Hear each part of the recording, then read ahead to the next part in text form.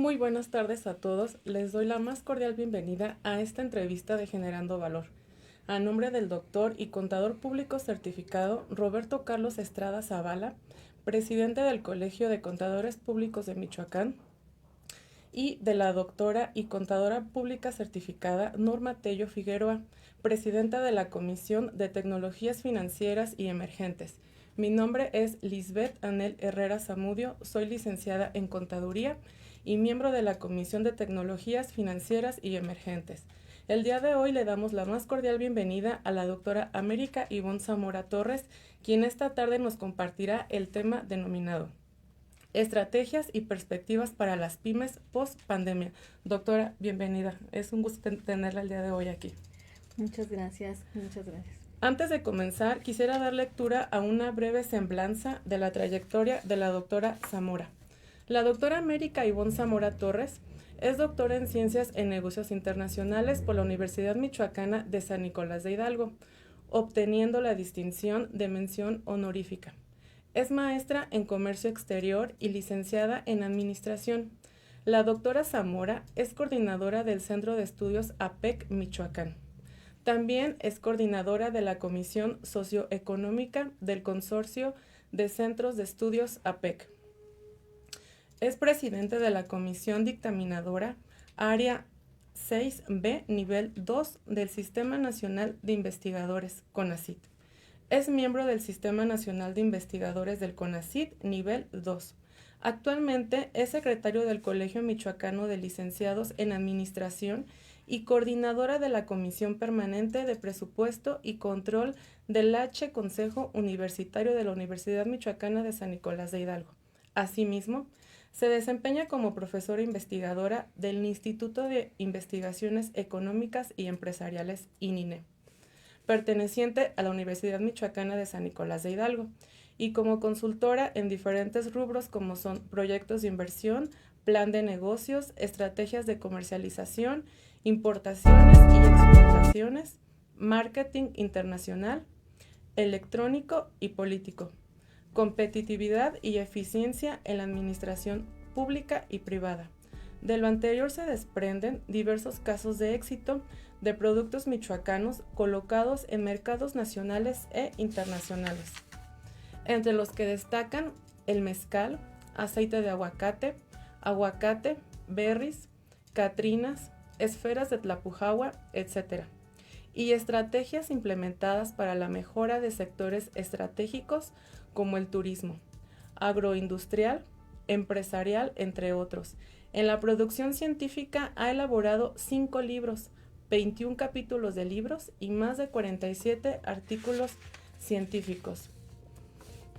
Para adentrarnos un poco más en nuestro tema, que son las estrategias y perspectivas para las pymes post-pandemia, quisiera que nos hablaras un poquito, doctora, de qué manera ha repercutido el COVID-19 en la economía a nivel global. Bueno, pues muchas gracias. Primero que nada, quisiera tomar unos minutos para agradecer a todos ustedes por este espacio de Generando Valor. Un abrazo y muchos saludos a Roberto Estrada, a Norma Tello y por supuesto a ti, a Liz, que estás el día de hoy entrevistándome. La verdad es que es un privilegio estar aquí con ustedes. Y bueno, ya hablando un poco más en la materia de los que nos compete el día de hoy, hablando de cómo ha repercutido el COVID en la economía a nivel global, pues sabemos que efectivamente la afectación más grande viene a través de los problemas de salud que se han generado. Pero económicamente hablando, la afectación viene por las medidas que se tomaron justamente para proteger a nuestra salud. Y bueno, es que aquí no había de alguna manera una solución que pudiera de alguna manera fortalecer a todas las partes. ¿De qué estoy hablando? De la parte del distanciamiento social. El hecho que nos hayamos confinado y que la economía de alguna manera haya tenido que cerrar aquellas empresas clasificadas como no esenciales, empezó a rentabilizar todos los sectores en la economía, generando un efecto cadena donde se disminuyen los ingresos en general de todas las empresas. El flujo de dinero empieza a disminuir y de ahí viene la disminución de la demanda local, la disminución de las cadenas globales de valor, y entonces se va haciendo como un efecto dominó alrededor de la economía, generando lo que se conoce en términos, digamos, simplistas como un congelamiento de la economía o un coma inducido a la economía. Esto, pues como ya sabemos, trae muchas consecuencias de muchas índoles, pero particularmente para la economía mexicana, pues significa una disminución del crecimiento económico a nivel general. Y bueno, no somos la única, efectivamente esto es algo que nos afectó a nivel global, sin embargo algunas economías se han visto más afectadas que otras en este sentido. Okay, muy bien. Como sabemos, la pandemia ocasionada por la COVID-19 ha traído consigo una serie de retos, principalmente en el área de la salud, como ya lo mencionabas, y la economía a nivel global. De manera introductoria, nos gustaría que nos platicaras sobre los efectos que ha tenido la pandemia en las empresas en México. Muy bien, pues tenemos que partir del crecimiento económico, que normalmente lo medimos a través del PIB. Si nosotros observamos qué pasaba antes de la pandemia y qué está pasando ahora, vemos que antes de la pandemia teníamos, por ejemplo, en 2017, un crecimiento más o menos de 3.5, más o menos 3.5. En el 2018 ya tenemos un crecimiento un poquito menor, menos acelerado, del 3%. Sin embargo, si nos vamos a los efectos ya como tal de la pandemia en la economía, estamos hablando de que en 2019 tenemos los primeros datos que arrojan un menos 1%. Entonces ya estamos no solamente no creciendo, sino en números rojos. Y de ahí podemos hablar entonces de muchos efectos, particularmente para las micro, pequeñas y medianas empresas, porque si pensamos en este tipo de empresas, sabemos que tenemos que seguir pagando la renta, la luz, sueldos, salarios y demás prestaciones, y no estamos teniendo la misma entrada de dinero, ya sea que sea nula o parcial, y esto interfiere pues en poder mantener un negocio a flote. En este mismo sentido, sabemos que no todos los sectores se han visto afectados de la misma manera. ¿Qué sectores se han visto más afectados por la COVID-19? Muy bien, pues esa es una pregunta muy importante, muy interesante. Y si nosotros nos vamos a nivel global, lo primero que observamos es que van a ser las pymes las más afectadas, si lo vemos de manera muy global. Y para esto tendríamos que tener una idea de más o menos cuántas pymes hay en México. Tenemos 5.052.130 empresas, de acuerdo con los datos que nos da INEGI, y de esos 5 millones, 4.1 son pymes. Ahora, de esas pymes se han visto afectadas como 10.000 de ellas ya han declarado bancarrota, y tenemos una pérdida de 27 millones de empleos. Y de acuerdo a lo que nos dan los pronósticos también de INEGI, nos dice que de cada 10 empleos perdidos, 7 van a ser permanentes, lo cual nos da un dato pues nada alentador en ese sentido. Ahora, si nos vamos a los sectores como mencionas, estamos hablando que también no todos los sectores se han visto afectados de la misma manera. El sector más golpeado sin duda fue el turismo al principio, sin embargo también estamos viendo que el turismo es uno de los que más empieza a repuntar ahora.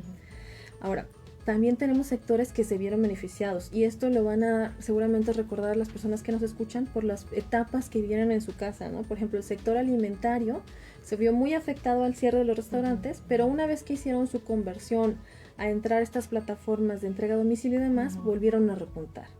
El sector jardinería, que también mucha gente empezó a hacer sus proyectos de jardín en casa, pintura, recubrimientos, internet y cable, y si ustedes observan tiene mucho que ver con las muchas etapas que seguramente muchas personas pasaron en confinamiento, que dijeron ahora me volví chef o ahora me volví jardinero. Bueno, todos esos sectores empezaron a repuntar. Productos de limpieza efectivamente tuvieron un alza, las farmacéuticas no se diga, incluso las bebidas alcohólicas, entonces ya sabemos qué hacía la gente en su casa. Pero bueno, dentro de esto, pues también tenemos sectores muy afectados. ¿Cuáles podrían ser estos? Estamos hablando del comercio en lo general, del turismo y transporte, de manufactura y recursos naturales. Okay. Los países alrededor del mundo han implementado diversas estrategias para contrarrestar los efectos de la pandemia, entre ellas estrategias fiscales y asistenciales. ¿Qué estrategias ha implementado el gobierno de México en comparación con las de los principales países? Bueno, aquí hay que hacer un punto aclaratorio que es muy importante. La economía global ya padecía algunos problemas antes del COVID. Si ustedes recuerdan, tuvimos antes de eso la crisis de 2008, cuando hablamos de esa es la crisis hipotecaria, tuvimos un repunte de 2009-2010 y luego la economía no alcanzaba todavía las cifras que tenía antes de esta crisis. Entonces ya estamos hablando de que la economía global padecía un crecimiento más o menos del 2.8 después de la crisis de 2008 y antes de la crisis del 3.4. Entonces no venía bien la economía, y si a esto le pega todo este efecto del COVID, vamos a ver que la pandemia se extiende por todas partes y empezamos a tener diferentes contracciones, unas más fuertes y unas más grandes alrededor del globo. Y como bien dices, cada país adoptó diferentes medidas. Y esto es bien interesante de analizar porque si nosotros vemos lo que los países hicieron bien y lo que los países están haciendo mal, podemos a lo mejor rectificar en algunas cosas que no estemos haciendo como país. Lo que prácticamente todos los países hicieron fue esta parte de las transferencias de dinero directas a los hogares. ¿Cómo? Por medio de canasta, de cupones, de alguna manera repartición de canastas en zonas comunitarias, que incluso también lo vimos aquí en México. México fue uno de los que más utilizó este tipo de medidas, que son de tipo asistenciales, también hay que mencionarlo. ¿Por qué se llaman asistenciales? Porque te ayudan en el momento, pues qué bueno que te dé una canasta, más si estás en una época de necesidad, pero no es algo que genere ingreso o inversión a largo plazo, es algo que te ayuda de momento. Y luego, algunos otros países implementaron medidas muy buenas. Una fue el subsidio para el pago de los salarios, que como sabemos, pues, el empleo es uno de los problemas más grandes de esta pandemia. Sin embargo, México no aplicó esta medida, la aplican prácticamente casi todos los principales países: Alemania, Brasil, Canadá, Estados Unidos, Japón, etcétera. Prórroga para el pago de impuestos y contribuciones. Esa medida sí la aplican todos los países, sin embargo México la aplica parcialmente, es decir, comunican que van a dar prórrogas y al final deciden que cada estado tome decisión sobre qué impuestos, ¿no? Entonces sabemos que Ciudad de México fue uno de los privilegiados, particularmente Michoacán, pues no lo fue. Exenciones fiscales, esa es una de las medidas más populares alrededor de los países, digamos, más desarrollados, donde la exención fiscal fue sobre todo en términos del impuesto sobre la renta y el IVA. Sobre todo lo que tiene que ver con pago de cuotas, por ejemplo, seguridad social, como en nuestro caso sería IMSS, la aplicaron Brasil, Canadá, Corea, China, Corea del Sur, España, Francia, se me está yendo alguno seguramente. México tampoco aplica ningún tipo de exención fiscal, como bien lo debes saber tú. Sí. Programas de préstamos para empresas se aplican en México, pero bueno, más adelante hablamos si quieres un poco respecto a eso. Claro. Y las garantías gubernamentales para respaldar créditos que ya tenían las inversiones se aplican prácticamente en todas partes, menos en México. Y los recursos para investigación y desarrollo es uno de los más fuertes, sobre todo en Asia, Estados Unidos, y bueno, de ahí vienen las famosas vacunas que empezaron a mencionarse, ¿no? Y que al rato todo el mundo decía, ¿esta de dónde viene? Sí. La Pfizer, la CanSino, etcétera, etcétera. Pero si observamos, la gran mayoría de los países utilizó muchas medidas fiscales para poder ayudarse del COVID. Respecto a las políticas implementadas para apoyar al sector empresarial, ¿cuáles consideras que son las más importantes y cuáles apoyos nos están faltando? Bueno, esa es una pregunta un poco complicada, porque si nosotros nos vamos, por ahí la CEPAL hace un estudio donde revisa las políticas implementadas por país, y nuestro país tiene registrado, de acuerdo con ese estudio, 10 políticas implementadas. Sin embargo, la gran mayoría de las políticas van en términos de apoyo al financiamiento, y ahorita hablamos si quieren un poco más sobre eso, y las demás, hay una política para el empleo, hay una política para la liquidez, y realmente las políticas, digamos, más fuertes que implementa México son dos. Uno, que seguramente lo conocen, que es el programa de tandas del bienestar, y el otro que es crédito a la palabra. El programa de tandas del bienestar empieza a transferirse o empieza a surgir en abril 2020, y la idea de este programa es que abarcara una gran cantidad de población. Es una propuesta donde benefician a muchísimas personas y está dirigido a personas de 18 a 29 años. Y el microfinanciamiento es un esquema que se le da de créditos a la palabra a los empresarios, donde se les dan $1,000 más o menos, que pues si lo ponemos un poco a discusión, pues es prácticamente nada, no es a fondo perdido, es un préstamo que se otorga beneficiando también, de acuerdo con los datos que tienen ellos registrados, a 700,000 empresarios. Sin embargo, a mí me parece que el monto pues queda mucho a deber. Sí. ¿Los apoyos que ha dado el gobierno han sido suficientes o han tenido el efecto esperado para la reactivación económica? Esto puede ser muy controversial y ya lo comentaba hace un momento, estos dos apoyos que fueron los más importantes buscaron de alguna manera a impactar a más gente. Sin embargo, Creo que aquí tiene mucho que ver con el tipo de políticas que querramos implementar.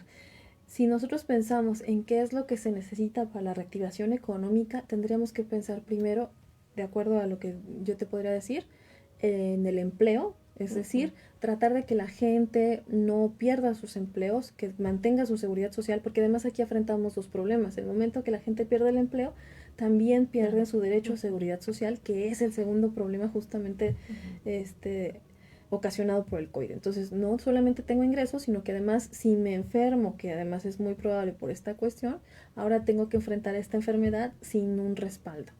El segundo punto que tendríamos que pensar es en términos de inversión y luego la parte de los incentivos fiscales. Creo que esos tres puntos debieron ser los más importantes para afrontar el COVID en términos económicos. Sin embargo, lo que nosotros observamos pues son políticas, yo diría, más de índole populista, en el sentido de queremos que todo el mundo reciba algo, aunque sea poquito.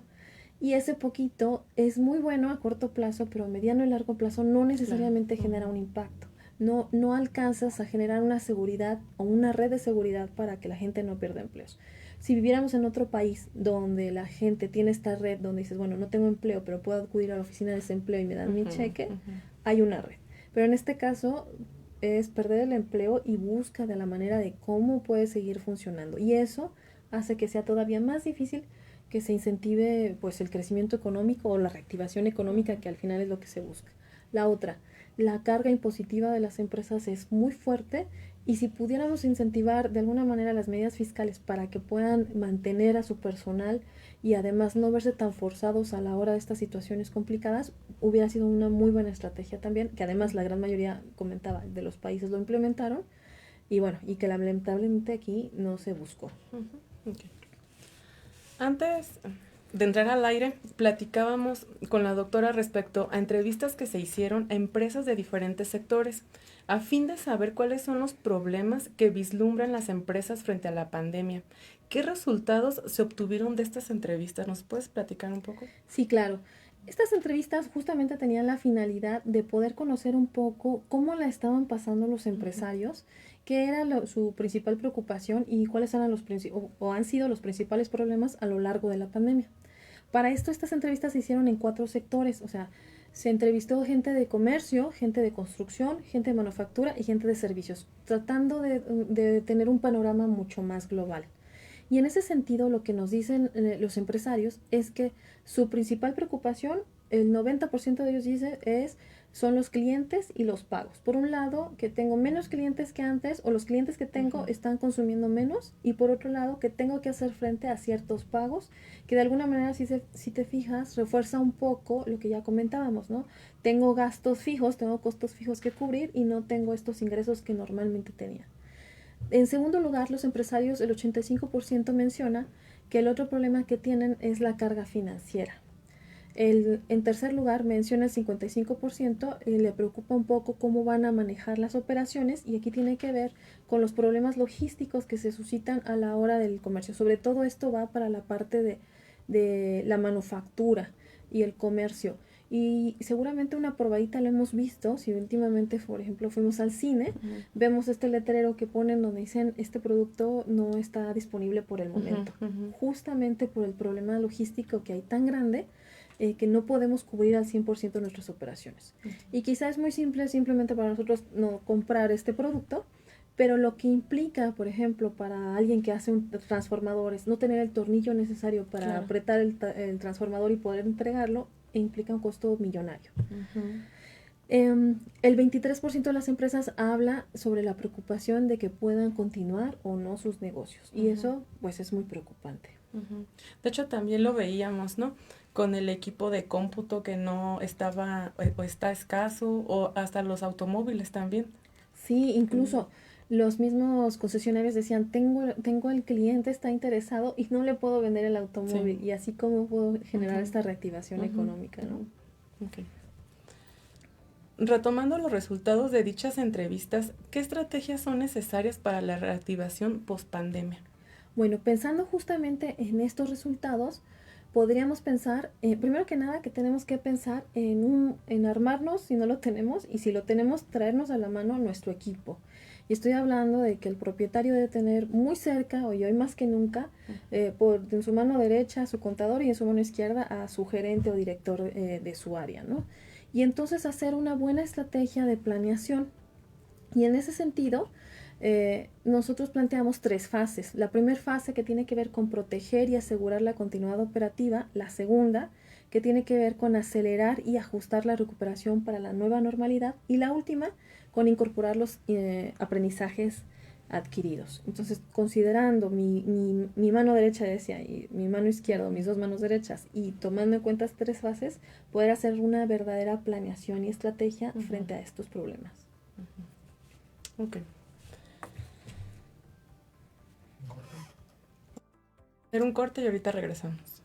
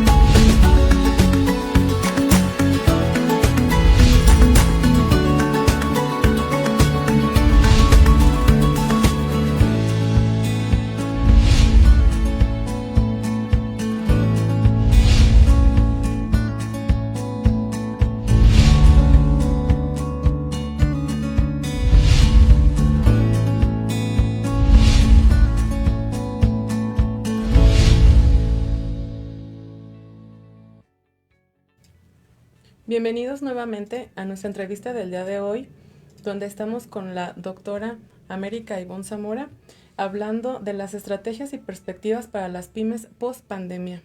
Retomando las estrategias necesarias para la reactivación post pandemia, ¿tú crees que las empresas en lo general han implementado esta primera fase de la que nos hablabas?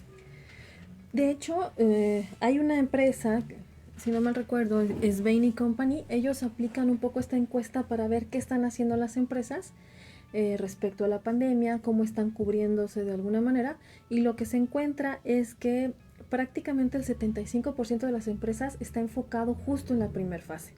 Eso es positivo porque de alguna manera están haciendo frente a la pandemia, pero no es tan positivo porque a partir de la fase 2 y la fase 3 prácticamente no están pensando en ellas. Es decir, no se tiene una planeación a mediano o largo plazo en las empresas, sin embargo sí están de alguna manera pensando en la fase 1.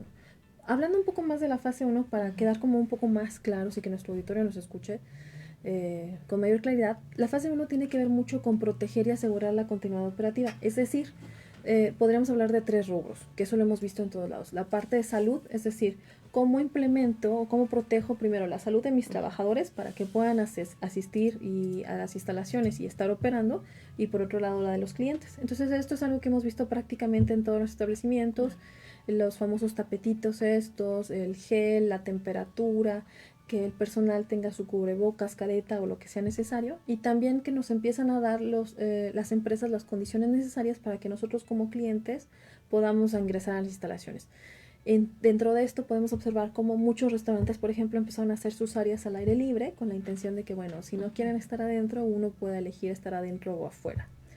Pero además de esta parte de salud o seguridad, la fase 1 también habla de liquidez y operatividad, porque de alguna manera, si no está entrando el ingreso que normalmente entraba, tengo que ver cómo puedo, por un lado, gestionar mi cadena de suministros. Ya decíamos, bueno, no tengo este producto, no tengo esta persona que me suministre este dulce o este aparato, entonces tengo que empezar a ver nuevos proveedores, o cómo puedo yo hacer, o incluso empezar a comprar anticipadamente sabiendo que hay retrasos en la cadena de suministros.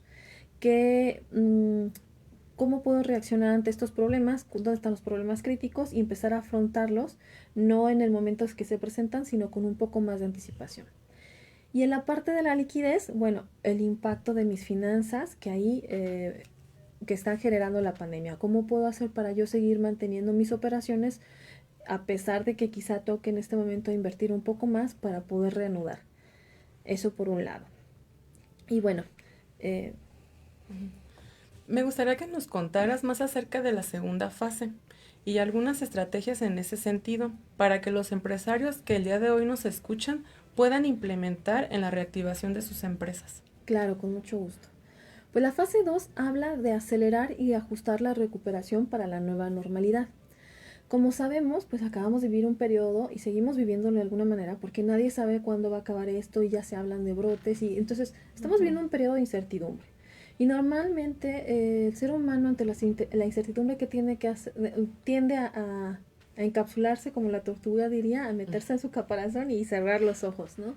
Pero dado este fenómeno y dado el tiempo que ha durado, que a lo mejor nadie hubiera pensado esto, tenemos que salir de esa caparazón y empezar a pensar, bueno, ¿cómo y cuándo vamos a salir de esta contingencia? Si bien no tenemos una fecha exacta, podemos empezar a hacer proyecciones para ver cómo podemos seguirla afrontando en un mediano plazo. Y de ahí entonces tenemos que ver que hay muchos cambios en el entorno y que dentro de estos cambios a nosotros como empresas nos toca empezar a adaptarnos a ellos si es que no los hemos hecho todavía.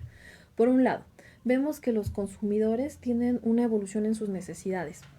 ¿A qué me refiero? Bueno, antes a lo mejor habrá gente que diga yo no quiero ir a comprar, por ejemplo, mi súper como antes lo hacía.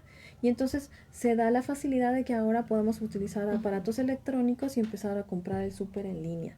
Particularmente yo ya no voy al mercado, yo compro mi mercado en WhatsApp, les digo ahí a los de la central de abastos quiero esto y esto y esto y me lo traen a mi casa y hasta me ahorro tiempo, ¿no? Y entonces hay que ver cuáles son los diferentes mecanismos que nos van a ayudar a reactivar efectivamente la demanda. También vemos que hay un cambio de prioridades. Quizá cosas que para antes a nuestro cliente eran importantes ya no lo son y tenemos que empezar a ver cuáles son las nuevas prioridades y en base a esas nuevas prioridades empezar a cambiar nosotros como empresas. También como empresa vamos a ver que no tenemos tampoco nosotros las mismas prioridades y en ese sentido tenemos que empezar también a revisar nuestros portafolios, cuáles son a dónde va nuestro negocio a futuro y cómo puedo de alguna manera protegerlo. Aquí también podemos hablar de la parte de cómo gestionar la productividad de la cadena de suministro que ya comentábamos, cómo puedo ser más flexible y entonces puedo empezar también a dibujar diferentes escenarios. Afortunadamente hay mucha información, nada más ahí yo lo que les recomiendo es que busquemos que sí sea información verídica y no desinformación como también hay mucho. San Google sabe mucho, pero también nos puede atontar un poco. Entonces tenemos que buscar dentro de los materiales que hay. Pero sabemos que dentro de las formas de recuperación hay normalmente, de acuerdo con lo que nos manejan, 6 escenarios posibles. Que esto tiene que ver mucho con el tipo de empresa que yo sea y la forma de recuperar y la recuperación de mi empresa de alguna manera va a depender mucho de ciertos factores. Un ejemplo, las empresas que tienen una recuperación rápida son normalmente las de primera necesidad. Entonces estamos hablando de empresas de abarrotes, por ejemplo, los famosos Oxxos, donde la gente de todas maneras tiene que ir a comprar algo, tuvieron una caída y están teniendo una recuperación más o menos buena. Pero también tenemos empresas que no necesariamente tienen esa recuperación. Están logrando una estabilización, pero hay que ver que después de esta estabilización logren empezar a tener realmente un incremento. ¿De qué estamos hablando? Por ejemplo, de los restaurantes, de los servicios de comida y de los servicios de construcción, donde empiezan a estabilizarse. Y tenemos otras empresas que esos van a tener un cambio en la trayectoria totalmente, es decir, ya no van a ser como antes eran y hay que repensar en estrategias. Y ahí estamos hablando de empresas que tienen que ver con sector salud, que va a ser una empresa que se va a mover definitivamente, toda la parte de la educación y software, donde empezamos a ver que seguramente algunos criterios se van a quedar, que a lo mejor las reuniones en línea se quedan, no lo sé. La parte del turismo también va a tener que cambiar sí o sí, la parte de automóviles, y entonces podemos ver que dentro de estos escenarios, pues hay una evolución. Hay una evolución en general tanto del cliente como de las empresas. Y nosotros como empresarios, porque normalmente cuando hablamos de pymes, hablamos de empresas que tienen ya un modelo establecido, normalmente de tipo paternalista, y que si no los enfrentamos a este nuevo cambio, se van a quedar fuera de la jugada. Por ejemplo, le mencionaba hace un rato el tema de lo digital. Hoy en día sabemos que hay un cambio de patrones en ese sentido. Y no sé si sabían, pero en promedio los mexicanos pasan alrededor de 8 horas conectados en internet.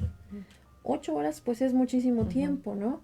Y si le quitamos las horas de sueño, pues realmente es prácticamente la mitad del día. Y entonces, si nosotros no nos estamos anunciando en internet, si nosotros no estamos vendiendo en internet, pues estamos dejando pasar un mercado bien importante. Entonces habría que pensar cómo puedo adaptar yo el internet o el canal online a la experiencia de poder de alguna manera anunciarme. Y en ese sentido, las estadísticas del comercio electrónico pues son bien interesantes. Les voy a dar algunas. 84% de las personas en México buscan un producto o un servicio en línea. Entonces es un nivel muy alto. 91% visitaron una tienda retail desde cualquier dispositivo. Es decir, ya estamos haciéndolo incluso desde el celular sin tener que abrir ni siquiera una computadora. Y de ese 91, 75% hacen la compra desde cualquier dispositivo.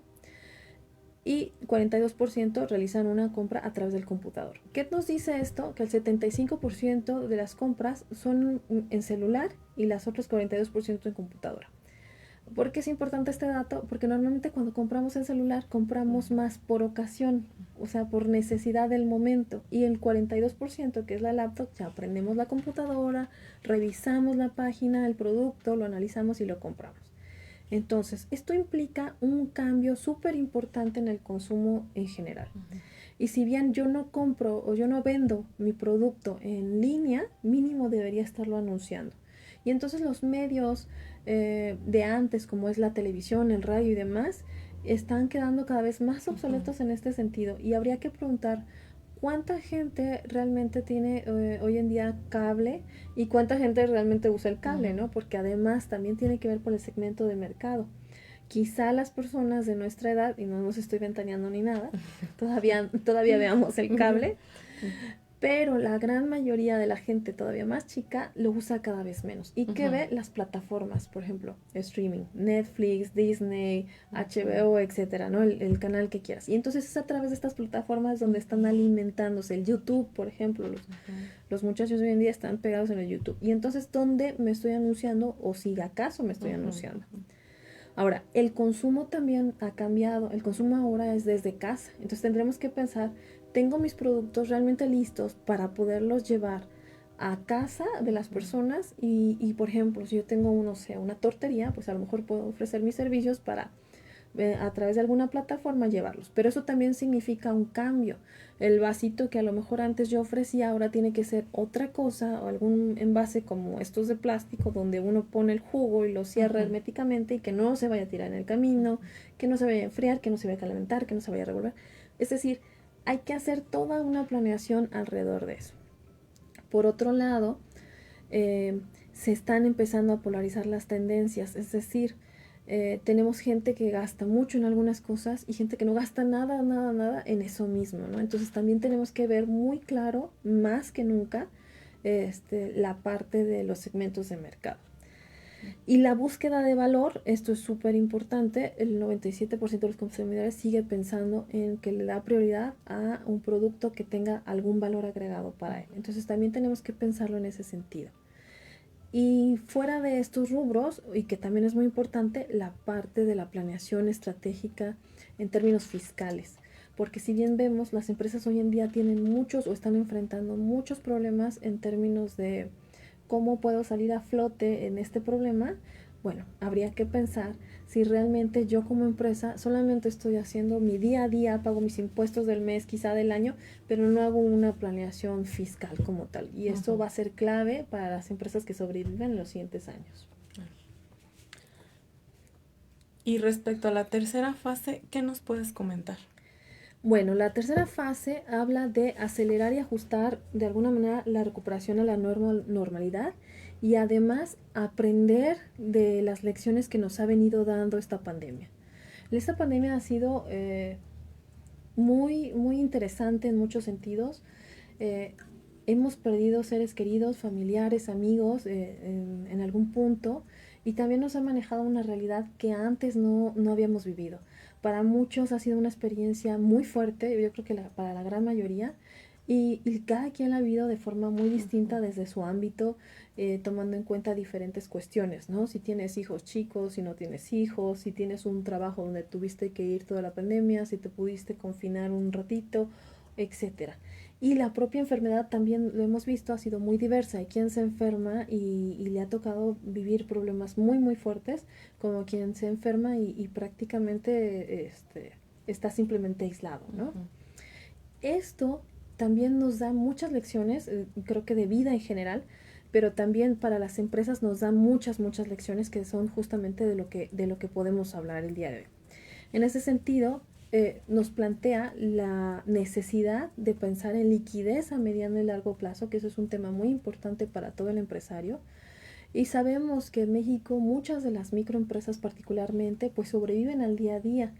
Y esto es algo que se ha puesto de manifiesto más que nunca en México como respecto a otros países, donde podemos ver que las empresas pues, grandes efectivamente se pueden dar el lujo de guardarse y de los dividendos o el dinero que tengan ahí guardado, pues vivir holgadamente unos cuantos meses y quizá más tiempo. Uh-huh. Sin embargo, ni siquiera esas empresas se salvan. Ahora, la micro, que de alguna manera sobrevive día a día, tiene que empezar a plantearse cómo podemos funcionar, cómo podemos reestructurar la base de costos ante la nueva normalidad, por un lado, la base administrativa, la base financiera y la fase fiscal. Y todas estas fases, englobarlas y hacer realmente una planeación.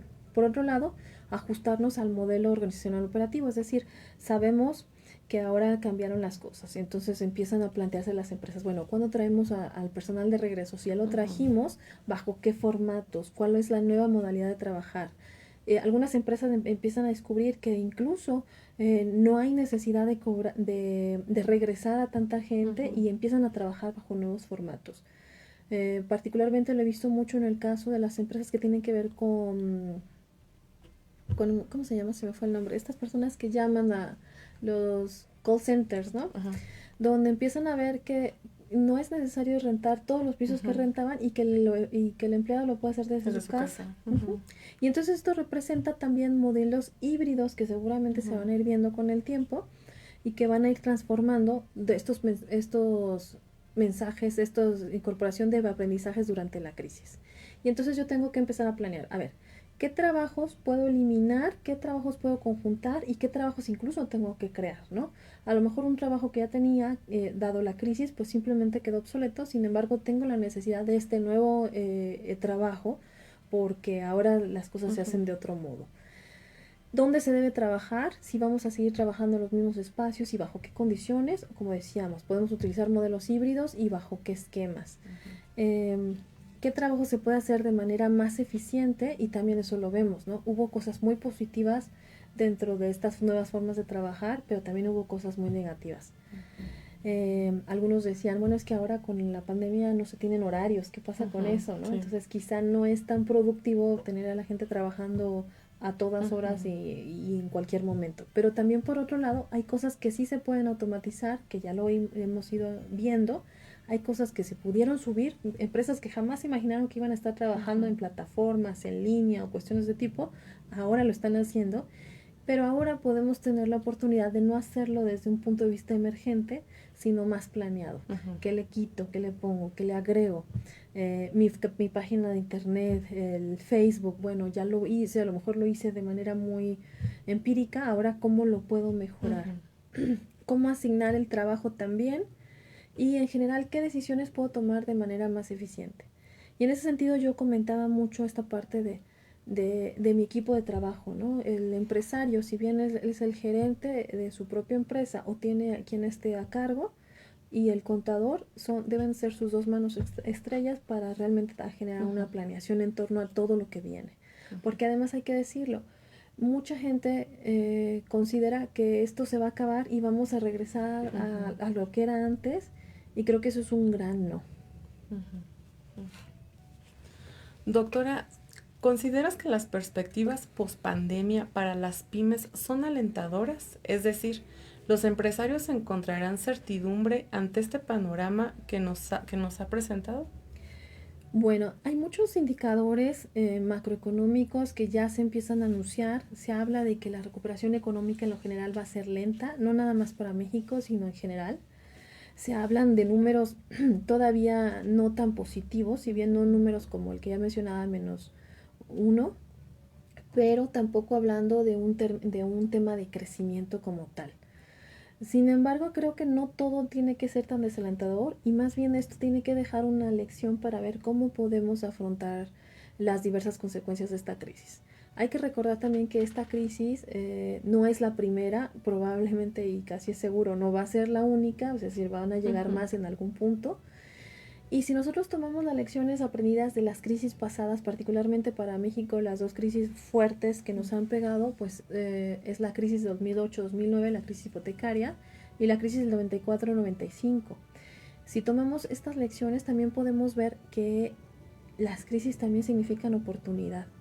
En general la palabra crisis pues significa cambio y es ahí justamente donde quizá nos pegue un poquito más porque eso significa volver a pensar, volver a sentarse, volver a reestructurar y a veces volver a invertir y obviamente eso cuesta. Pero también significa que esta es la oportunidad perfecta para aprovechar la oportunidad que nos da la crisis. Y uno podría pensar, ¿qué oportunidades nos da una crisis? O sea, si estamos hablando de una situación tan complicada, sin embargo siempre hay.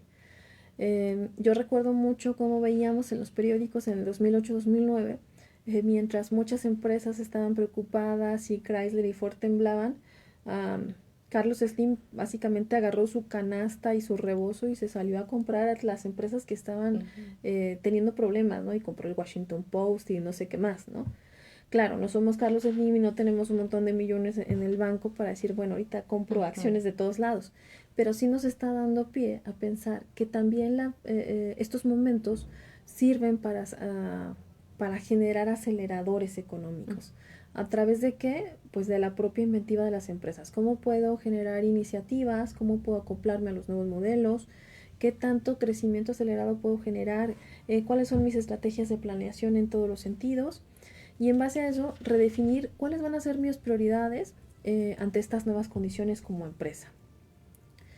Ya decíamos, ¿no? El impacto del COVID es indudablemente muy fuerte, sin embargo también nos obliga a replantearnos la dirección que va a tomar nuestra empresa en un mundo post-COVID, si conocemos cuáles son nuestras prioridades, si conocemos cuáles son las prioridades del cliente, si podemos realmente acelerar nuestros esfuerzos y ser los primeros en que estemos innovando. Y en ese sentido tenemos muchos casos muy curiosos, particularmente ahorita se me vino a la mente, no sé por qué, les comento algo chusco, este caso de estas empresas donde hay bailarinas exóticas en Estados Unidos, que bueno, estas chicas pues tuvieron que dejar de trabajar también como todo el mundo, y la empresa lo que hace es cambiar de giro y ahora ofrece hamburguesas y demás.